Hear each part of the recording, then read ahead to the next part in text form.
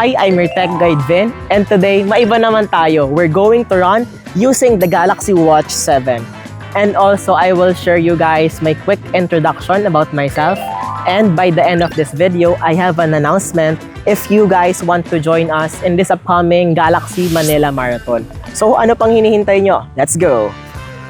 Before I start running, I just want to share bakit ko gusto ang Galaxy Watch 7. It's because I can customize it depending on my preference. For example, using the wearable app, I can just change the wallpaper and add wallpaper depending sa gusto ko. And hindi lang yun, I can also select the exercise or the activity that I want today. So for example, we're going to run and just I will select running and matatrack niya na ang aking distance from start to finish.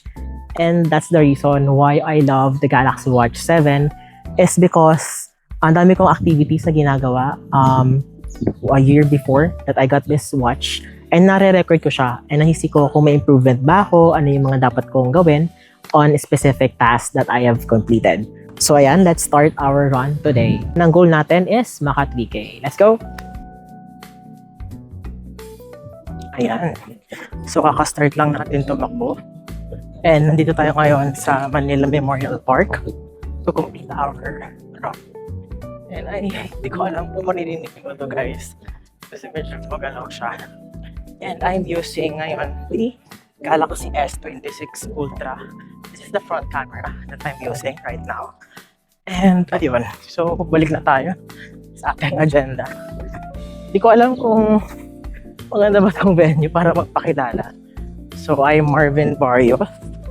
I've been doing content for about 4 years na since nung senior high school. Gumagawa na rin ako ng mga video, especially nung performance task sa mga groupings. And ayun, from that, natuto ako mag-edit. And ngayon, I've been pursuing technology field.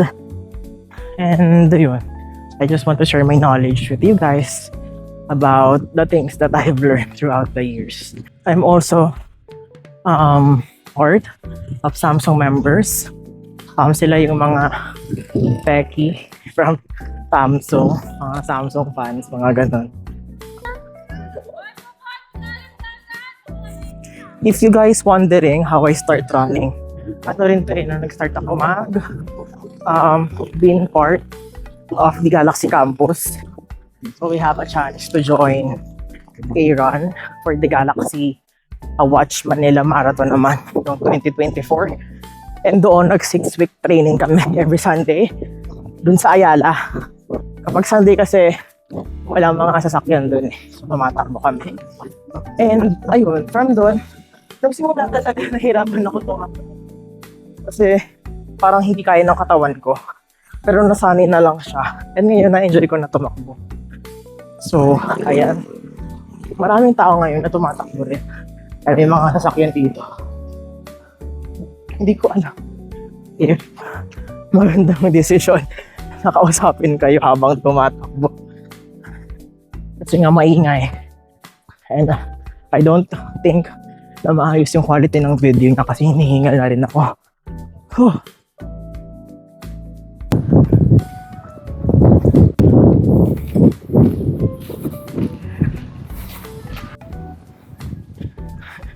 So I think pa 1K na tayo. And on the future videos, I want to share my knowledge about content creation. So you guys have a chance to start your content creation journey. And sa pagko-create kasi ng content, hindi lang siya basta-basta pag-video. You need to follow some kind of formula on how to hook audience. And ayun yung i-share natin sa mga future video natin. So, you guys can subscribe on my channel if you want to learn more about technology, content creation, and syempre, ito, fitness journey na meron tayo. Grabe.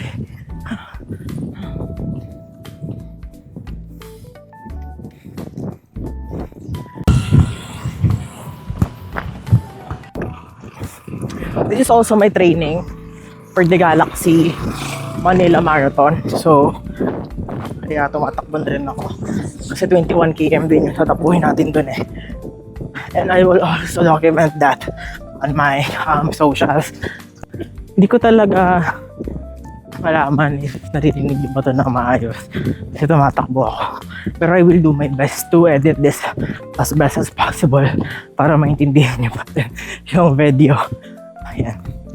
Siguro hihinto tayo mamaya pag naka 1 km na tayo so that I can talk to you guys much more formal then. Ayan. And malapit na tayo pag 1K. Siguro stop muna tayo dun banda para makaupo ng maayos. So huminto muna tayo saglit kasi baka di niya na ako naiintindihan sa mga sinasabi ko for this video. And ayun, so let's continue for our topic. So napakaganda sa tech field kasi nga you will meet a lot of people na advanced and syempre have a lot of skill set. Kaya rin nagustuhan ko ngayon sa tech kasi noong una parang undecided if I will continue. Pero I found my niche and my path sa tech na ngayon ina-upskill ko pa siya. So I got this t-shirt. Sabi gano'n, nag-iba na, pawis na ako. I got this t-shirt nung nag-training ako ng 6 weeks for the Galaxy Watch Manila Marathon. So I have your Galaxy Watch Run Club. Ang ganda niya kasi yung print niya sa likod, like parang pang cloud chaser talaga. Ewan ko kung nakikita nyo na maayos. Basta yun, sobrang gulo na tong video na to. Pero pagpasensyahan, ayusin natin yan weeks to come. So maayos naman siguro yung mga video ko sa socials ko. Pero ayun, kasi nga dumadaan pa yun ng ilang weeks na editing. And I will share you guys kung paano ko siya nagawa, ano ba yung mga naging struggles ko. And yeah, so I think let's continue na. And later I will share more about things about myself. So let's go. Medyo dumidilim na dito kasi 6 na rin. Natagalan ako sa paggawa ng intro ng video kasi nakailang retakes ako. So yun din yung problema ko kapag nagbe-video, nakakailang retakes ako. Baka palayasin ako ng guard dito by 6:30 pero kaya dalian na natin. We have 2K pa. So ayun, malapit na tayo mag 2km and medyo mabagal yung performance natin compare before. Buti na lang maaga ako nag-training for this kasi baka hindi ko kayanin sa mga susunod na run, especially for 21 km sa MOA ba? Basta yun.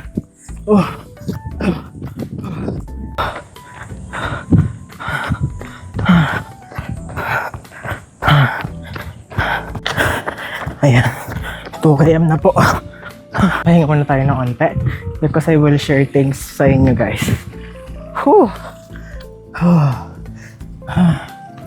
So may 21 km journey nung 2024 is hindi siya madali kasi nga hindi pa ready yung katawan ko noon.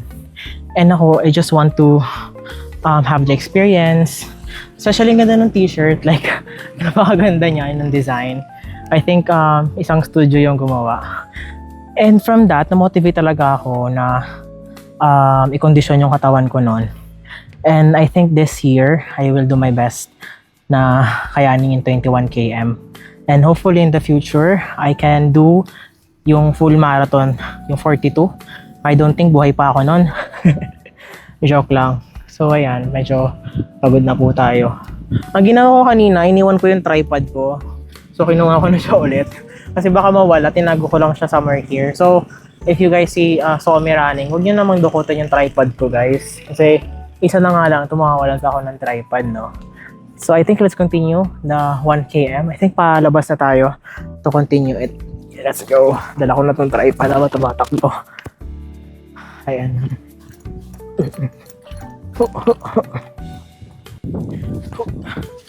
Some people asking me how I got into the program for the Galaxy Campus. Siguro I can share more details about it sa aking future contents para you guys have a better understanding if you guys want to join also. Kapagod.